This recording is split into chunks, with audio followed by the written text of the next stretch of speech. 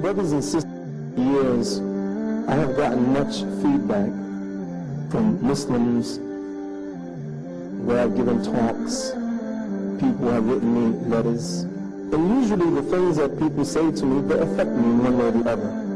I believe that all of the feedback that I've gotten over the years, the one that affected me the most was from a young Muslim girl, California. After I'd given a talk, she came up to me and said, Imam Siraj, you know what? I used to be the kind of Muslim that I grew up a Muslim all my life, and I thought that I would go to Jannah.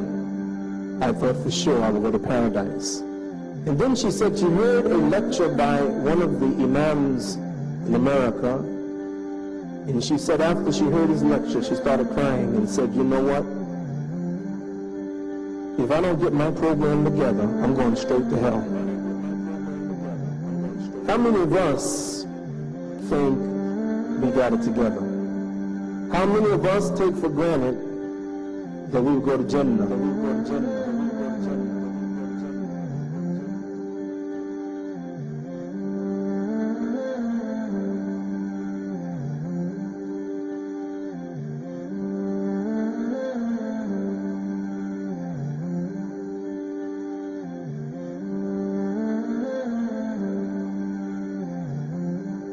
Bukhari, the Prophet ﷺ said, whoever believes in Allah and His Messenger and establishes the prayer, he prays regularly, and he fasts the month of Ramadan, he has a right over Allah that Allah causes him to enter Jannah.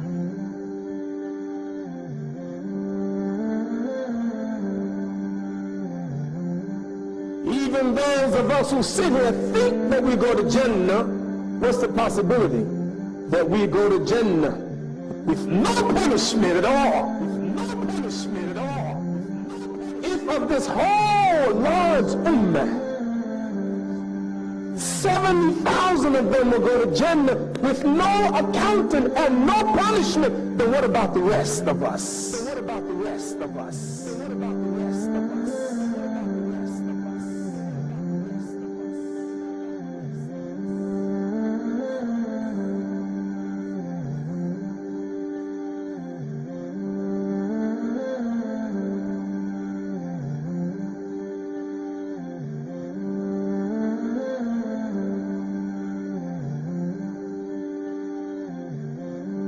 Ibn Mu'adh, another great predecessor, mentioned, the most naive things in my sight is to linger in sin, feeling no regret while hoping for a far-off pardon.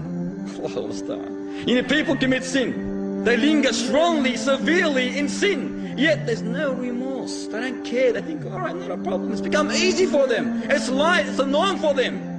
Yet at the same time, they want Allah to forgive them. Allahu Ghafurun Rahim, they say. Allah is the all-forgiver.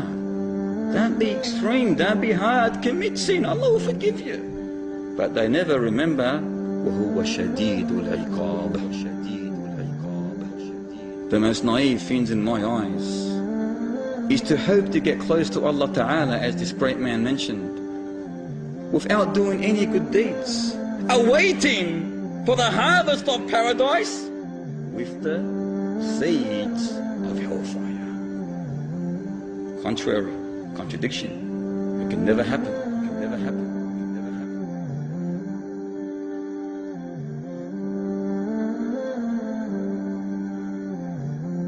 Many Muslims will go to hell. 1 second in hell, brothers and sisters, is intolerable. You can't even go for 1 second. So don't risk going. تقدر على نار شمعة؟ والله ما تقدر. طب جرب كده. طب ولع شمعة وحط صبعك عليها كده لمدة نص دقيقة لمدة دقيقة. والله النبي عليه الصلاة والسلام يقول إن ناركم هذه التي توقدون جزء من 70 جزءا من نار جهنم. قالوا يا رسول الله والله إن كانت لكافية. قال ولكنها فضلت على نار الدنيا ب69 جزءا كلها مثل حرها.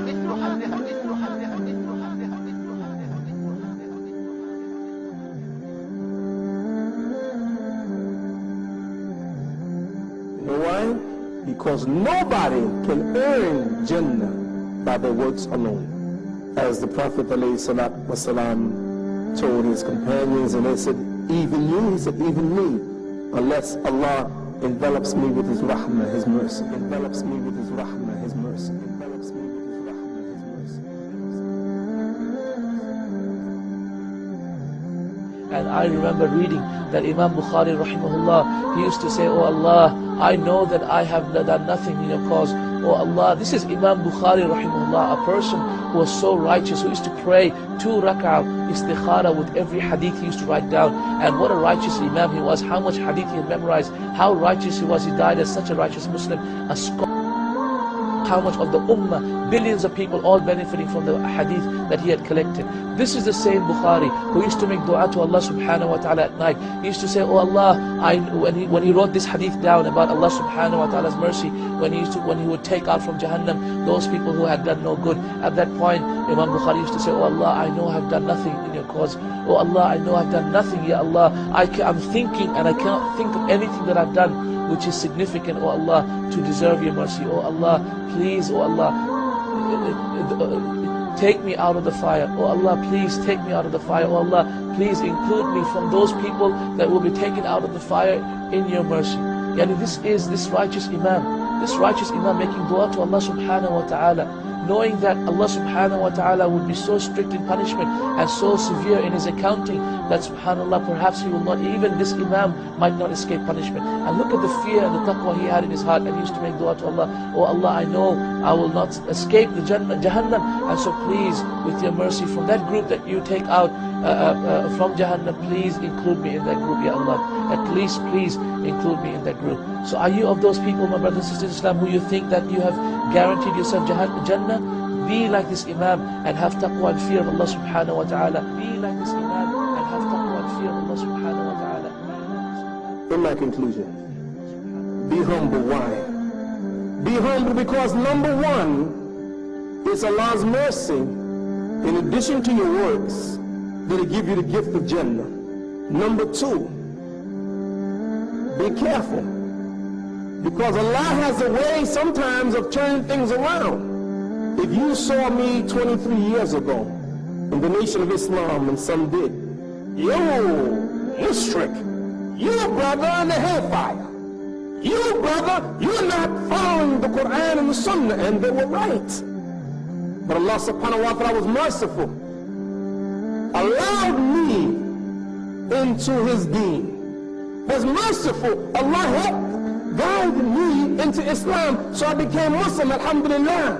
And now the greatest thing that I cherish more than anything in life is Muslim.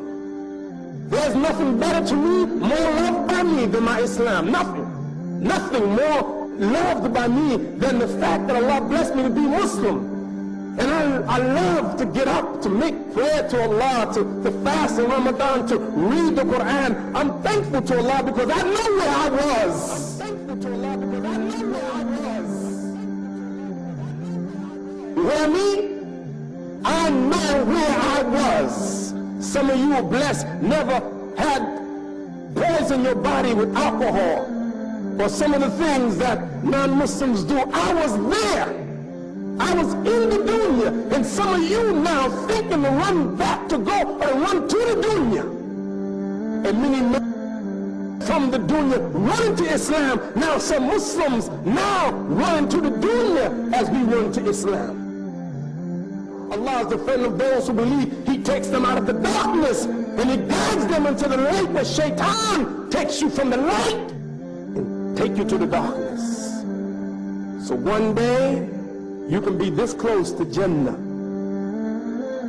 and then you begin to do the work of the people of the hellfire, and then you die in that position. Be humble. Be humble. Be humble.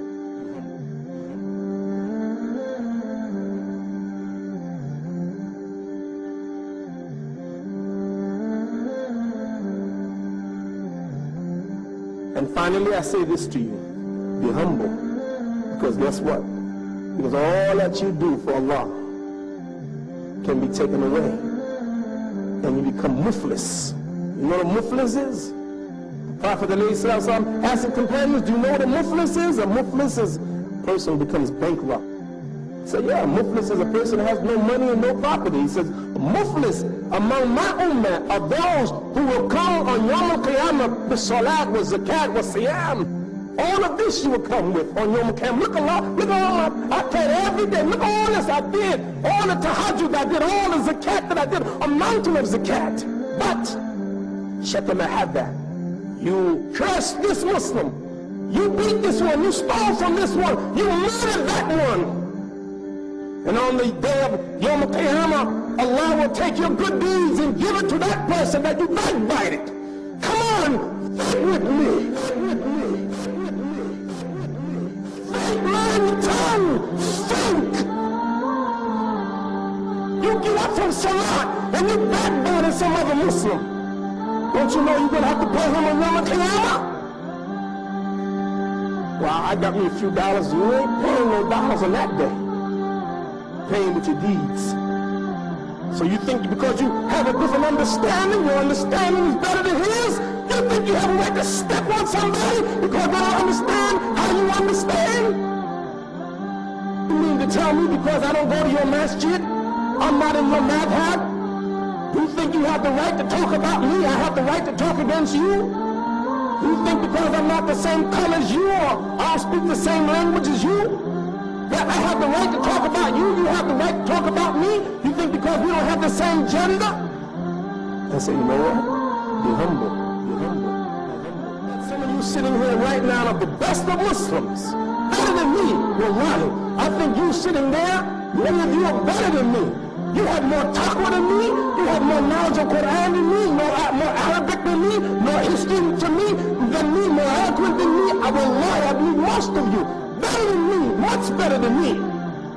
But even so, there's some of you just barely holding on to your deen. I know that. Some of you didn't even want to come tonight, but your mother and father made you come.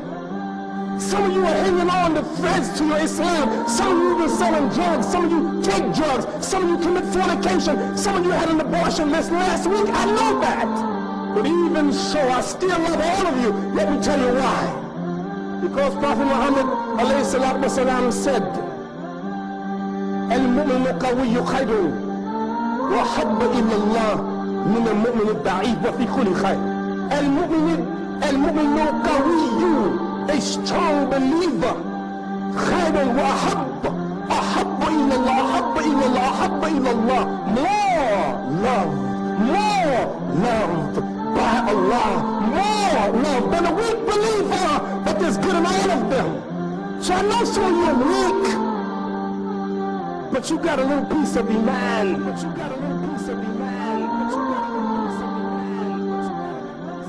I don't want to be muflis on the day of judgment, and therefore I don't want to say anything to hurt. I hope you will be taking this series of talks on the hereafter, not so that we can just energize ourselves with the knowledge of knowing about what's happening about the day of judgment, etc., etc. Rather, we will take this knowledge as a way of coming closer to Allah subhanahu wa ta'ala. Don't listen to these talks as entertainment and enjoyment.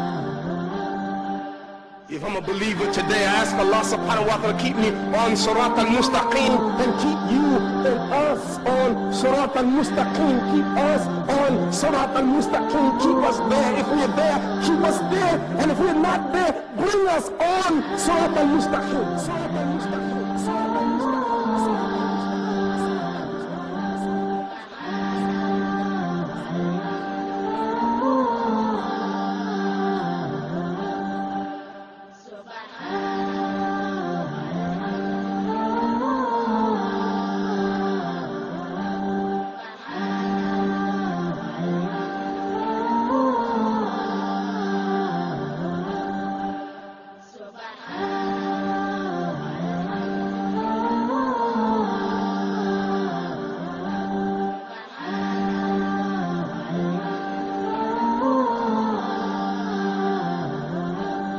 Subhanallah walhamdulillah wallahu akbar. Subhanallah walhamdulillah.